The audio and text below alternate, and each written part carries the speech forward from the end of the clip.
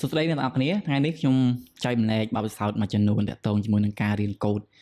coding វាគឺជាផ្នែកមួយនៅក្នុងជំនាញ IT ព្រោះ IT វាមិនមែនថាផ្ដោតទៅលើកូដតែមួយមុខទេប៉ុន្តែគ្រាន់តែជាផ្នែកមួយដ៏ធំនៅក្នុង IT ខ្ញុំអាចនិយាយថា coding នឹងវាសំខាន់ទោះបីជាផ្នែកផ្សេងវាអត់ត្រូវការកូដខ្លាំងក៏វានៅតែមានកូដដែរសម្រាប់អ្នកដែលគាត់ចាប់អារម្មណ៍លើជំនាញសរសេរកូដអីហ្នឹងគឺគួរតែស្ដាប់វីដេអូនេះទៅដើម្បីអាចតម្រង់ទិសខ្លួនឯងហើយអាចplan ឲ្យបានត្រឹមត្រូវដើម្បីជោគជ័យនៅក្នុងការសិក្សាឬក៏នៅក្នុងជំនាញ IT ហ្នឹងអញ្ចឹងជាបទពិសោធន៍ទាក់ទងមួយការរៀនកូដអ្នកនរគ្នាទី1អ្នកនរគ្នាត្រូវតែចាប់ផ្ដើមរៀនពីមូលដ្ឋានគ្រឹះឲ្យបានច្បាស់លាស់ជាមុនសិនឧទាហរណ៍ជាបទពិសោធន៍ខ្ញុំដែលខ្ញុំដើរខុសហ្នឹងកាលពីខ្ញុំចាប់ផ្ដើមរៀនកូដដំបូងគឺខ្ញុំចំណាយពេលសឹងតែ2ឆ្នាំដើរខុសហើយទី1យើងចំណាយពេលអត់ផ្ដោតទៅលើមូលដ្ឋានហ្នឹងឯងយើងរៀនអត់ច្បាស់មិនថាយើងរៀនបែបលុំទៅលើមូលដ្ឋានគ្រឹះហ្នឹងជាលទ្ធផលតែម្ដងគឺយើងអត់យល់អីទាំងអស់បន្តមកទៀតវាកាន់តែអត់យល់ទៅហើយយើងចាប់ផ្ដើមទៅមើលទីផ្សារការងារគេត្រូវការឧទាហរណ៍ថា front end developer គេត្រូវការ web developer គេត្រូវការអ្នកចេះ React.js Vue.js ជាដើមទាំងដែលអត់មានមូលដ្ឋានគ្រឹះទៅលើ JavaScript ពេលហ្នឹងគឺខ្ញុំចាប់ផ្ដើម load plot ទៅរៀន React.js តែម្ដងខ្លាយជាទស្សករនៃ tutorial គឺរៀនអត់យល់ទេណាអង្គុយធ្វើរៀនសរសេរកូដតាម YouTube មើលកូដគេសរសេរវាចេញ result ដែរបាទប៉ុន្តែអត់យល់ពី concept ហេតុអីបានត្រូវអញ្ចឹងដូចជា component តើតើមួយ component ហេតុអីបានគេត្រូវការមាន component អីចឹងទៅគឺចាំថាពេលហ្នឹងខ្ញុំអត់យល់អា concept បែបហ្នឹងឯងត្រឡប់មកវិញគឺចាប់ផ្ដើមមូលដ្ឋានគ្រឹះឡើងវិញយើងត្រូវស្គាល់តើតើជាមួយនឹង for loop if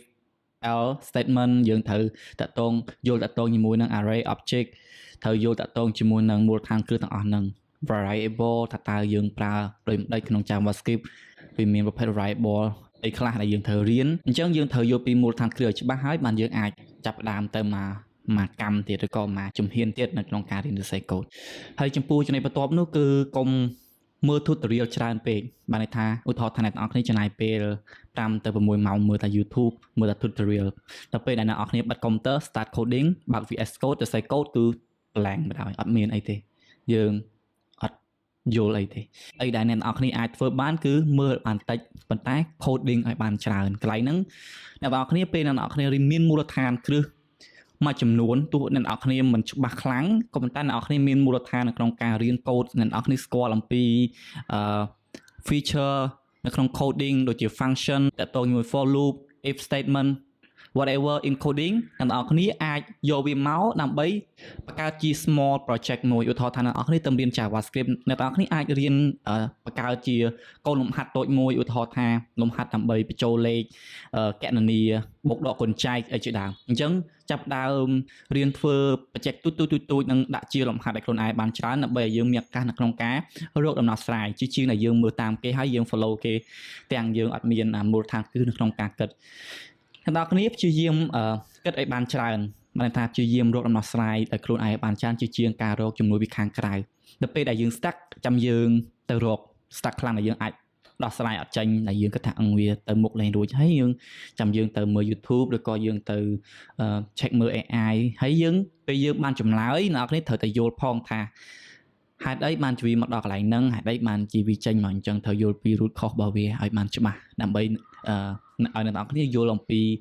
មុខងារនៅក្នុង code ឲ្យបានច្បាស់ហើយពេលដែលយើងរៀនទៅគឺវាបានលឿនជាកំហុសមួយដែលខ្ញុំធ្លាប់ឆ្លងកាត់ពេលដែល stuck លើអីមួយគឺយើងរកចម្លើយពីអ៊ីនធឺណិតមកបានហើយយើងអត់ដឹងពីហេតុអីបានថាវាមកដល់កន្លែងហ្នឹងហេតុអីបានវាចេញមកអញ្ចឹងយើងអត់យល់ពី flow ឯងយើង copy ឬក៏យើងមើលដើរយើងអត់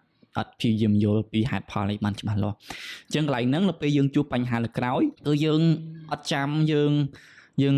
នឹងទៅសិក្សាម្ដងទៀតយើងនឹងទៅស្រាវជ្រាវម្ដងទៀតអញ្ចឹងយើងធ្វើយើងខាតពេលវេលាបានន័យថាការរៀនរបស់យើងហ្នឹងក៏វាទៅតាមនឹងដែរក៏វារៀងយឺតយ៉ាវដែរអញ្ចឹងយើងត្រូវតែទម្លាប់ខ្លួនទោះបីជាយើងទៅមើលចម្លើយពីអ៊ីនធឺណិតក៏ដោយនៅពេលដែលយើង stuck យើងត្រូវតែព្យាយាមស្វែងយល់ថាហេតុអីបានជាយើងត្រូវ copy ហេតុអីបានជាយើងត្រូវដាក់ហ្នឹងយើងត្រូវចេះសួរខ្លួនឯងថា why សួរថាហេតុអីបានវាអញ្ចឹង and then how ថាតើវាធ្វើដោយរបៀបណាអញ្ចឹងអ្នកនរគ្នាត្រូវតែមានផ្នត់គំនិតបែបហ្នឹងតើតើជាមួយនឹងចំណុចចាប់ផ្ដើមនៃការរៀនមិន ថាអ្នកនរគ្នាចាប់ផ្ដើមជាមួយនឹងភាសាអីក៏ដោយអ្នកខ្លះគាត់ចាប់ផ្ដើមជាមួយភាសា C អ្នកខ្លះក៏ចាប់ផ្ដើមជាមួយ Python អ្នកខ្លះចាប់ផ្ដើមជាមួយនឹង C+ JavaScript ជាដើមវាអត់សំខាន់ថាអ្នកនរគ្នាចាប់ផ្ដើមជាមួយនឹងការរៀនភាសាអីទេភាសានីមួយៗវាមាន concept ស្តៀងគ្នាទេអញ្ចឹងទោះបីអ្នកនរគ្នាចាប់ផ្ដើមរៀនចេញពីភាសាណាក៏ដោយចុងក្រោយ concept ហ្នឹងគឺវាហាក់ហាក់គ្នាដូចគ្នាទេអញ្ចឹងអីដែលអ្នកនរគ្នាត្រូវតែរៀននោះគឺឲ្យច្បាស់ពីមូលដ្ឋានហើយតមកទៀតអ្នកនរគ្នាទៅជំហានបន្ទាប់ទៀតគឺចាប់ផ្ដើមទៅសិក្សាទៅលើរបៀបនៅក្នុងការបង្កើតតែម្ដងបន្ទាប់ពីអ្នកនរគ្នារៀនកូដហើយចេះសរសេរកូដយល់ពីមូលដ្ឋានគ្រឹះនៃកូដត្រូវសួរខ្លួនឯងថាតើកូដហ្នឹងគេប្រើដើម្បីអីយើងត្រូវដឹងអំពីវត្ថុបំណងនៃការរៀនកូដហ្នឹងរៀនហើយយើងប្រើដើម្បីទៅធ្វើអីជាចម្លើយយើងអាចយកវាទៅប្រើនៅក្នុងការបង្កើត mobile application យើងអាចយកវាទៅបង្កើតជា web application desktop application នៅក្នុងហើយវាមានវត្ថុបំណងជាច្រើនទៀតដែលយើងអាចយក coding ទៅ apply បានអញ្ចឹងយើងចាប់ផ្ដើមកំណត់កូដដោយខ្លួនឯងថាតើបន្ទាប់ពីយើងរៀនកូដហើយយើងត្រូវធ្វើអីបន្ទាប់ឧទាហរណ៍ថាបន្ទាប់ពីរៀនកូដហើយអ្នកនរគ្នាចង់ក្លាយជា web developer អញ្ចឹងអ្នកនរគ្នាត្រូវសួរទៀតថាតើត្រូវមានអីខ្លះដើម្បីក្លាយទៅជា web developer យើងត្រូវរកពី component នៃ component ឬក៏ skill ដែល technology ដែលវាតាក់ទងជាមួយនឹង web development ថាតើយើងត្រូវរៀនអី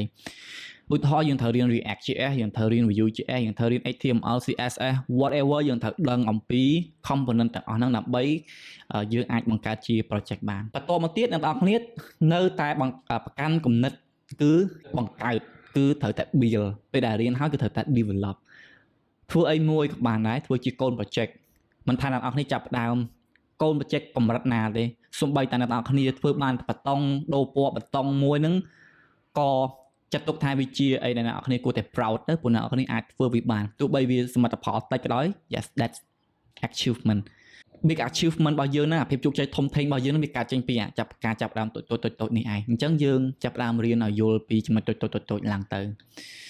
នេះជាមូលដ្ឋានគ្រឹះសម្រាប់អ្នកនរគ្នាអាចយកទៅគិតអាចយកទៅពិចារណាបានហើយ